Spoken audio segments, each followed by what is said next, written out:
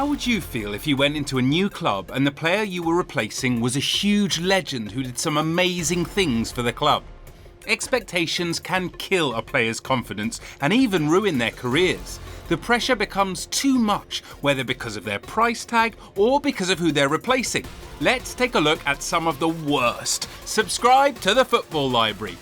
Fernando Torres for Didier Drogba. Didier Drogba was slowly getting past his prime, but Chelsea weren't worried. They had a solution. They had a player in mind who would take over from Drogba. And so, in January 2011, they went for their long-term target, Fernando Torres, and shelled out £50 million for him, which was a lot of money. But with Torres' 81 goals in 142 games, for Liverpool it was surely money well spent. Or was it? Torres had a forgettable debut for Chelsea against Liverpool, with Martin Skrtel and Jamie Carragher marking him out of the game. Things were expected to improve for the Spaniard, but unfortunately they didn't. Torres just couldn't find the back of the net. It was strange. Here was a striker who scored 18 league goals in just 1,717 minutes back in 2009-10, and yet it took him 903 minutes to score for Chelsea. But still, Chelsea weren't worried. They believed their new man just hadn't settled and found his rhythm for them yet. So they were certain that in the 2011-12 season, that would be his year. They were right, just not in the way they'd hoped. He was better, but only slightly. He slowly stopped looking like the man Chelsea had signed, his confidence eroding more and more after each woeful miss. El Nino soon became hell no. Chelsea were losing their patience, and it was understandable. Their star striker ended the season with just 6 goals in 32 league games and 3 in 10 Champions League games. However, for Chelsea fans, the former King of Kop was the flop they had come to love. He was trying, and despite failing and becoming less of who he was, Torres still tried his best, and it paid off. After Chelsea sacked Andre Villas-Boas for a disastrous season, things miraculously picked up when Roberto Di Matteo became caretaker manager. Chelsea lost the first leg of their Champions League tie against Napoli 3-1, but then somehow overturned the deficit, did what seemed impossible, overturning that deficit to beat Napoli in the round of 16. Now, Torres didn't play a significant role in these matches. He didn't even do anything during Chelsea's 1-0 win over Barca at the Bridge. But then, in the second leg, after Ramirez had given Chelsea a foot in the final, Torres more than repaid his transfer fee by adding the cherry on top with that goal that Gary Neville especially enjoyed. Without that goal, Chelsea fans would rue the day that they signed Torres and would forever begrudge him. Andy Carroll for Torres. When Liverpool sold Torres to Chelsea in January 2011, they bought 2 strikers with the money, Andy Carroll and Luis Suarez. Now, Suarez would become one of Anfield's brightest stars, and Andy Carroll became the flop of the Kop. Liverpool forked out £35 million for the Newcastle striker, who had barely spent half a season in top-flight football. Now, granted, he scored 11 goals for Newcastle in that period, but Liverpool paid a lot for him, and it weighed on his shoulders. In the end, Carroll would be nowhere near as productive for Liverpool as he had thought he would be, and ended up leaving for West Ham not soon after. Philippe Coutinho for Andres Iniesta.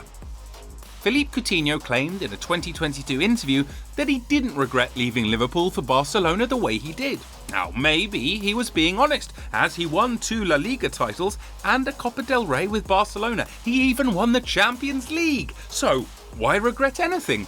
Well, for a player who was very important to Liverpool's transformation, Coutinho wasn't important in Barcelona's titles.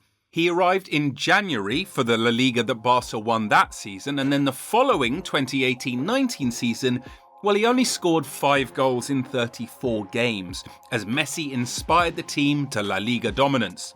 However, maybe he was a tad important in Bayern's Champions League winning squad.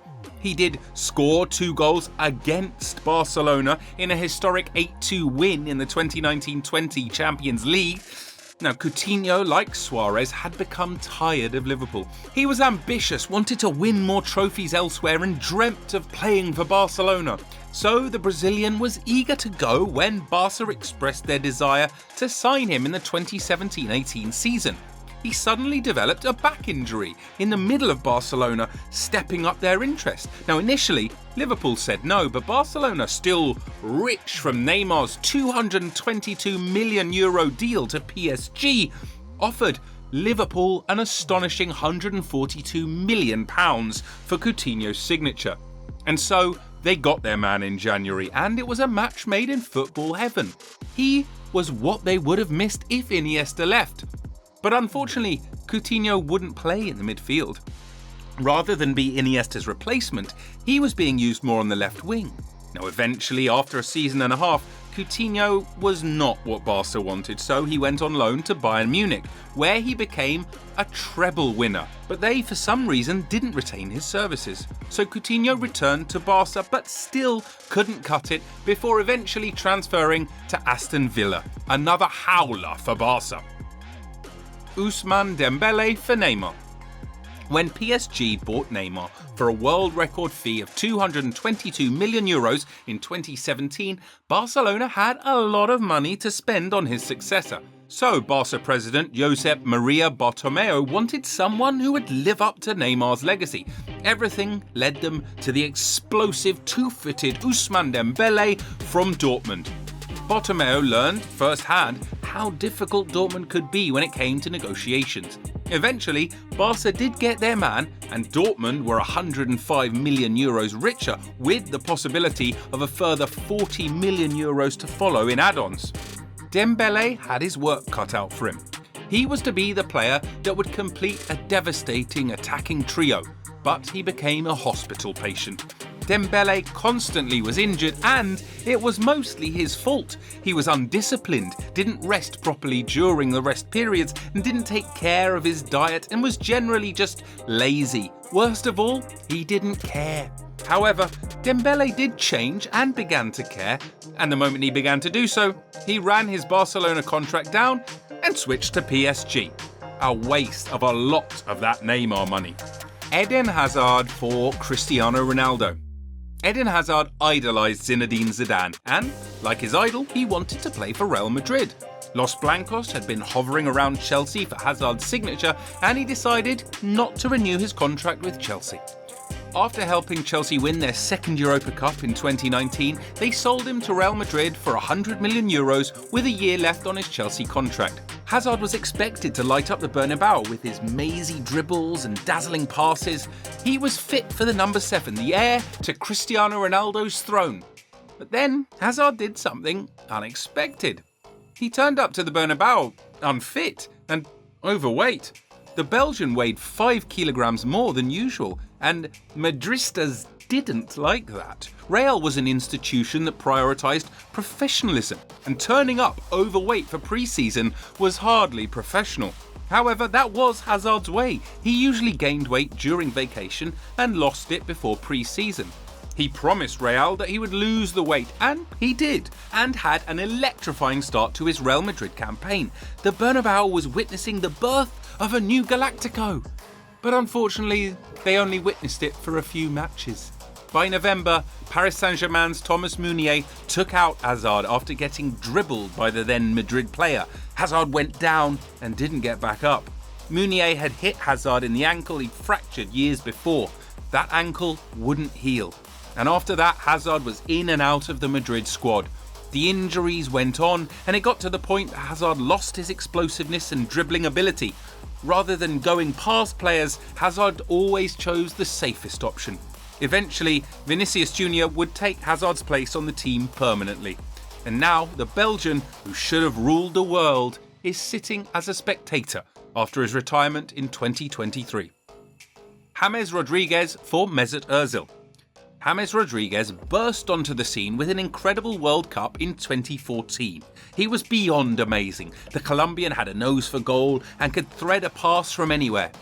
James ended the World Cup as the highest scorer with 6 goals, one of which was the mind-numbing outside-the-box volley he scored against Uruguay. With his performance at the 2014 World Cup, Everyone wanted him, including Los Blancos, and Los Blancos usually get what they want. Rodriguez switched to Real Madrid, who had been missing the creative genius of Mesut Ozil, who'd left the Bernabeu the season before. Real Madrid paid around 70 million euros to secure his signature and put him on about 8.5 million euros a year. Rodriguez was the latest Galactico for Real, and he showed it with incredible performances under the then manager Carlo Ancelotti. However, when Madrid sacked Ancelotti and appointed Zidane, James saw himself slowly becoming a bench warmer. Now, the reason for this was that he was allegedly not a hard worker. He was good on the ball and yet not so much off the ball. According to former Colombian national team doctor Hector Fabio Cruz, James wasn't focused. He said the player didn't have the mentality of the type of professionals that Real Madrid signed. It was due to Ancelotti's tactical smartness that Rodriguez contributed heavily during his first season at Real Madrid. But the current era of football doesn't have the need for a number 10 who was the team's linchpin and contributed little to nothing in defence. Every player now needed to run and be hardworking, and Zidane didn't see James as the player who could do this. The Colombian was in and around the squad that won 2 Champions League titles and a La Liga. However, he felt unfulfilled at Real Madrid and demanded more minutes. He eventually ended up going to Bayern on a 2-season loan. After the loan, Bayern also didn't choose to keep him and he returned to Los Blancos. But when he returned, he just wasn't getting the game time he wanted, and his injury problems certainly didn't help. So ultimately, he didn't contribute anywhere near enough to be on the same level as Ozil. Are these 2 Real Madrid transfers worse than the Barcelona ones? Kepa Arrizabalaga for Thibaut Courtois. Chelsea managed to lure away Kepa from Atletico Bilbao after making him the most expensive goalkeeper ever, and still to this day at 80 million euros. He was supposed to fill the massive gap that Thibaut Courtois' absence had left. Well, after an average first season with the club, which provided the headline-worthy moment of Kepa refusing to get substituted at the League Cup final against City, the goalkeeper's form heavily dipped and he never truly found it again. So when he returns from his loan spell at Real Madrid, will he find his way back into the Chelsea side? What do you think? So who do you think failed the most at failing to replace club legends? Let us know what you think in the comments below and subscribe to the Football Library for more footballing content.